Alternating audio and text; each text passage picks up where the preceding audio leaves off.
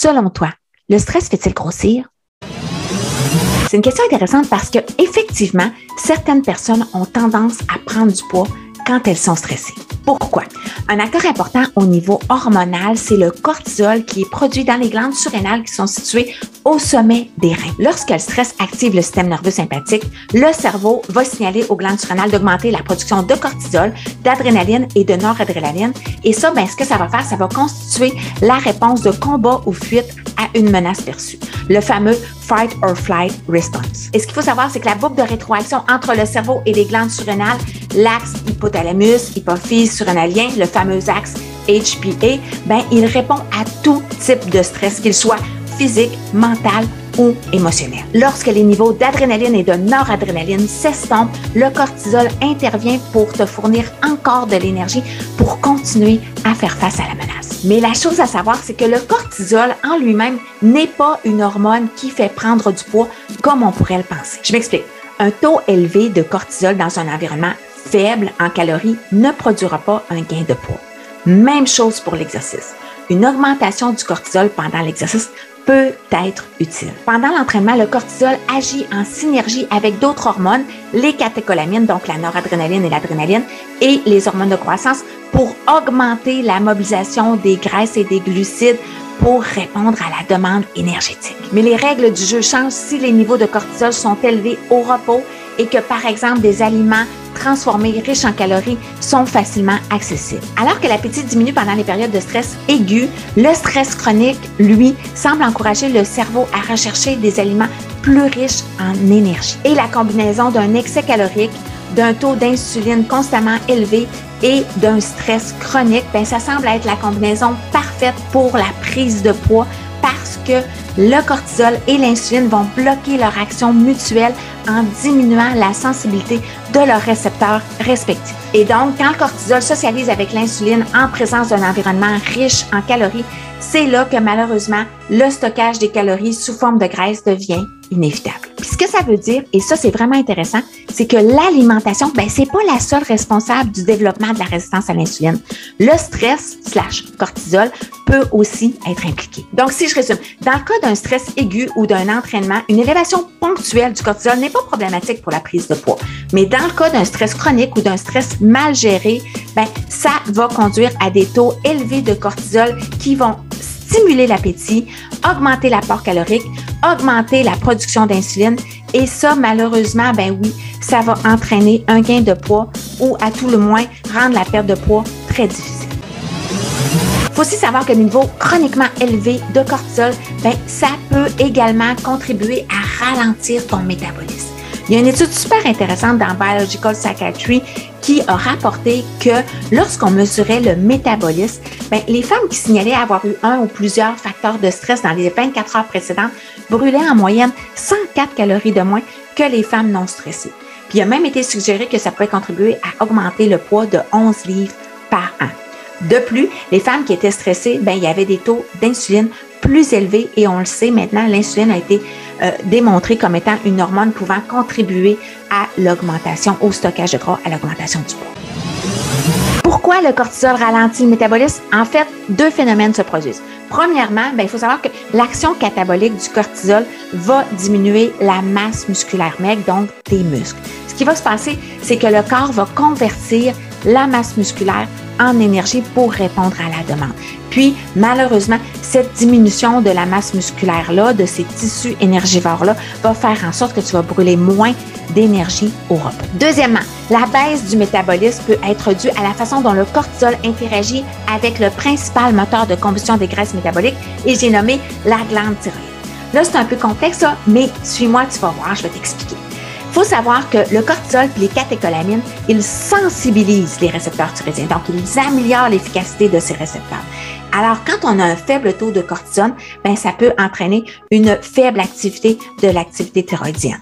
Toutefois, et c'est là que c'est intéressant, inversement, quand on a des taux élevés, chroniquement élevés de cortisol, ça va venir bloquer la conversion de l'hormone thyroïdienne inactive, la T4, en hormone thyroïdienne active, la T3. Tu comprends donc que c'est en cherchant un taux équilibré de cortisol que tu vas pouvoir maintenir une activité thyroïdienne optimale. Le cortisol peut également avoir un impact sur les hormones de la faim, comme par exemple la gréline qui envoie des signaux à ton cerveau pour indiquer à quel point tu as faim.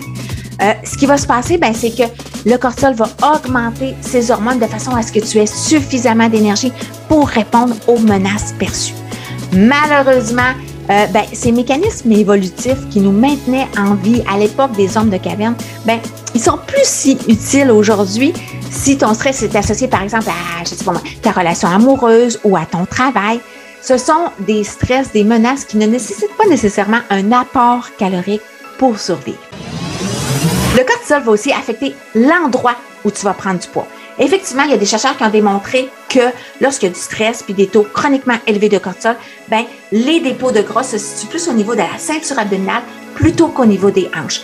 Et certains ont même appelé ces dépôts des dépôts de gras toxiques parce qu'ils sont fortement corrélés avec les maladies cardiovasculaires comme les crises cardiaques et les accidents cérébrovasculaires. Ensuite, de manière problématique, une fois que tu as accumulé plus de graisse abdominale au fil du temps, la simple présence de cette graisse abdominale va faire en sorte que tu vas produire plus de cortisol lorsque tu es stressé.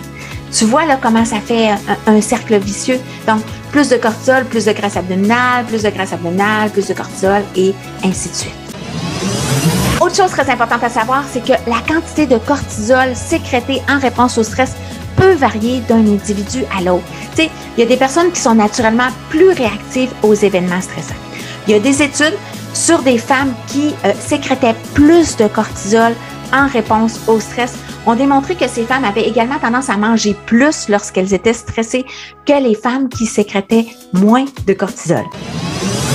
En terminant pour la relation entre le stress, les hormones et la prise de poids, je vais te parler de quelque chose de vraiment intéressant.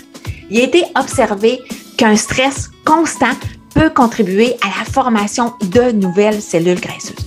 En fait, il y a une étude qui a démontré que lorsque les taux de cortisol étaient élevés de manière constante, ça pouvait favoriser la transformation de certaines cellules en cellules graisseuses. Et ça, ce que ça fait, c'est ça augmente la capacité de stockage de ton gras. Et donc, oui, ça peut favoriser une prise de poids. Maintenant, si tu permets, j'aimerais rapidement te parler du fait qu'en plus des changements hormonaux liés au stress, le stress peut aussi te faire adopter des mauvais comportements qui peuvent tous exacerber la prise de poids. Par exemple, manger ses émotions. Pour certains, il faut savoir que manger de la nourriture, ça permet d'apaiser une émotion négative ou un stress. Et ça, c'est à cause de la montée de la dopamine, du sentiment agréable que l'on ressent lorsqu'on mange des aliments savoureux et riches en calories. Tu sais, quand on est stressé, on recherche des moyens de se faire plaisir. Mais manger ses émotions, ça peut conduire à des mauvaises habitudes alimentaires, comme par exemple manger à n'importe quelle heure alors que tu ne le ferais pas normalement, ou encore manger beaucoup plus d'aliments transformés, riches en calories et pauvres en nutriments. Puis toutes ces mauvaises habitudes, oui, ça peut augmenter le poids. Une autre mauvaise habitude qu'on a quand on est stressé, c'est qu'on a tendance à vouloir manger la première chose qu'on voit qui est rapidement accessible. C'est pourquoi on va avoir tendance à manger beaucoup plus de junk food et de resto que de prendre le temps et l'énergie de se préparer un bon repas santé et équilibré. Il faut savoir aussi que la restauration rapide améliore le goût en faisant quoi? En augmentant le sel, le sucre et le gras. Et comme je mentionnais tout à l'heure, le gras et le sucre, ça procure une sensation de plaisir. Mais, en tout cas, pas mal plus qu'un brocoli. Mais fondamentalement, il faut savoir qu'il n'y a aucun avantage nutritionnel à manger du fast-food. Ça te donne juste envie d'en vouloir plus. L'alcool. Pour certains, stress égale plus d'alcool. Si tu es stressé après une longue journée de travail, une des solutions pour toi pour te détendre, c'est peut-être de prendre 1, 2, 3 et plus consommation ou verre de vin. Puis c'est tout à fait logique parce que l'alcool, c'est aussi une façon de provoquer la libération de l'hormone du bonheur, la dopamine. Mais ce qu'il faut savoir, c'est que les effets calmants de l'alcool sont temporaires.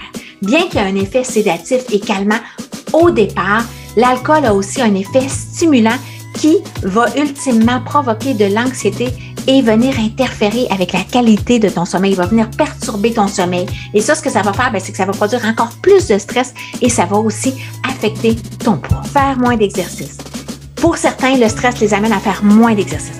C'est certain qu'avec toutes les exigences de ton emploi du temps, il est possible que l'exercice se retrouve dans le bas de ta liste des priorités.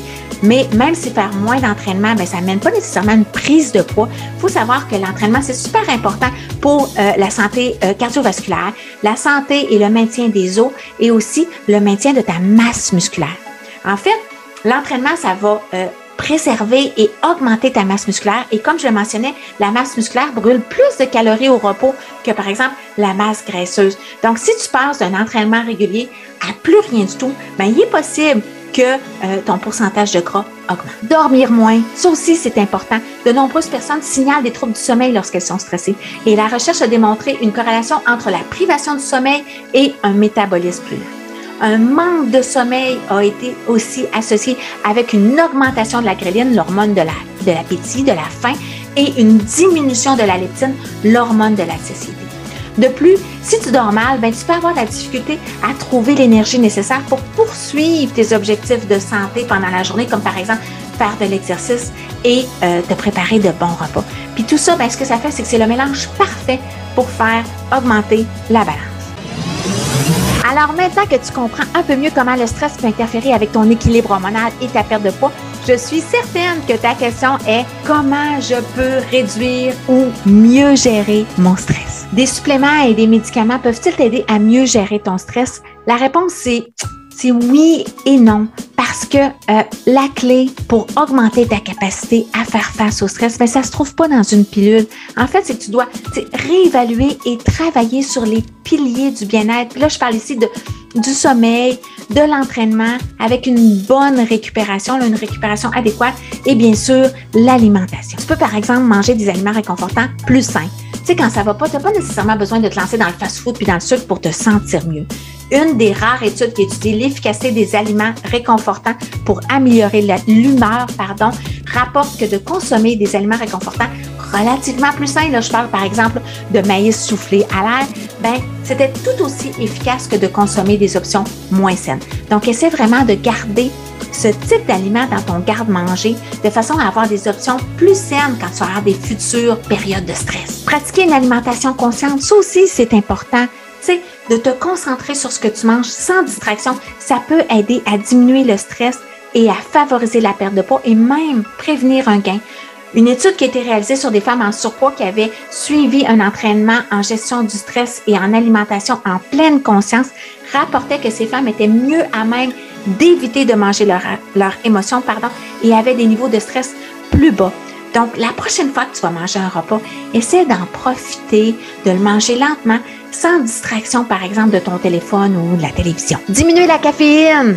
La caféine, c'est un stimulant qui augmente le cortisol. Donc, si ton niveau de cortisol est déjà pas mal élevé, si tu sens que tu es déjà très stressé, consommer plus de caféine, c'est sûr que ça ne va pas aider. Alors, c'est une des premières choses que je ferais, que je diminuerais ou que je couperais si je sens que je suis trop stressée. L'exercice.